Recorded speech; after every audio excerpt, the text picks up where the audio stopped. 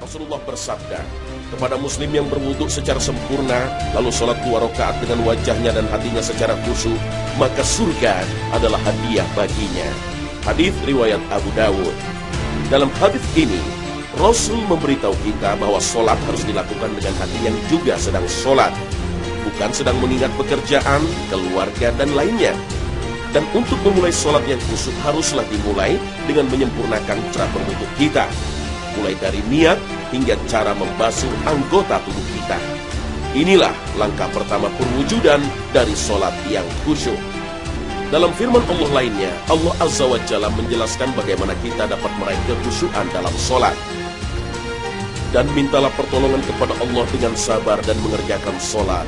Dan sesungguhnya yang demikian itu sungguh berat, kecuali bagi orang-orang yang khusyuk, yaitu orang-orang yang meyakini bahwa mereka akan menemui Tuhannya dan bahwa mereka akan kembali kepadanya. Al-Quran Surah Al-Baqarah ayat 45 hingga 46.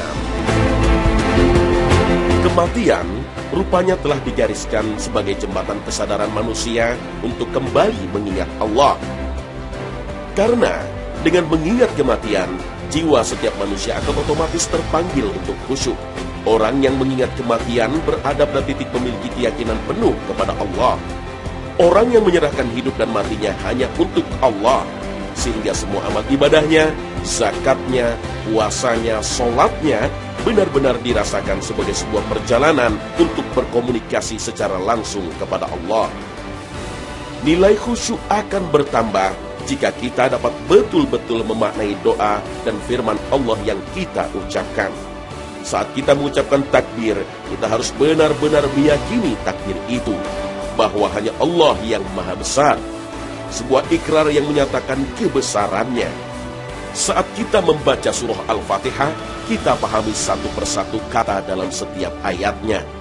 Seperti saat kita mengucapkan Alhamdulillahirrabbilalamin, kita harus paham makna dari ayat tersebut dan memaknainya dengan benar. Kita memanjatkan puji dan bersyukur kepada Allah sebagai Tuhan alam semesta. Lalu dilanjutkan dengan Ar-Rahmanir-Rahim, Maha Pengasih dan Maha Penyayang. Kita rasakan dalam jiwa kita seberapa besar kasih sayang Allah kepada kita. Maliki Yaumiddin, Raja dari hari pembalasan.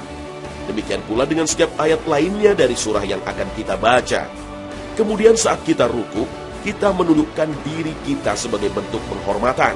Dan bentuk penghormatan kita yang paling utama adalah saat kita bersujud. Di saat yang bersamaan kita pahami setiap kata yang kita ucapkan, doa yang kita panjatkan. Doa sujud Nabi seperti yang diriwayatkan oleh Abu Dawud, Subhana rabbiyal a'la wa bihamdihi, keagungan hanya milik Allah semata. Dalam hadis riwayat Bukhari dan Muslim, doa sujudnya agak lebih panjang. Subhanaka Allahumma Rabbana wa bihamdika Allahumma ghfirli. Keagungan hanya milik-Mu ya Allah, ya Tuhan kami, dan segala pujian hanya untuk-Mu ya Allah, ampunilah kami.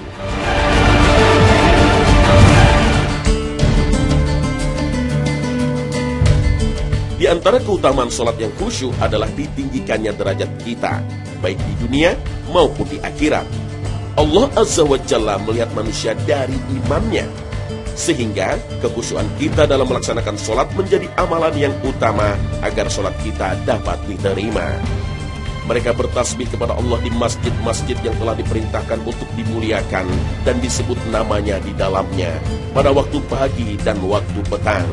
Laki-laki yang tidak dilalaikan oleh perniagaan dan tidak pula oleh jual beli dari mengingat Allah, dan dari mendirikan sembahyang, dan dari membayarkan zakat. Mereka takut kepada suatu hari yang di hari itu hati dan penglihatan menjadi goncang. Mereka mengerjakan yang demikian itu supaya Allah memberikan balasan kepada mereka dengan balasan yang lebih baik dari apa yang telah mereka kerjakan.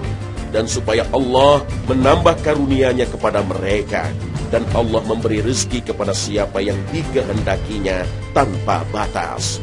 Al-Quran Surah An-Nur ayat 36 hingga 38.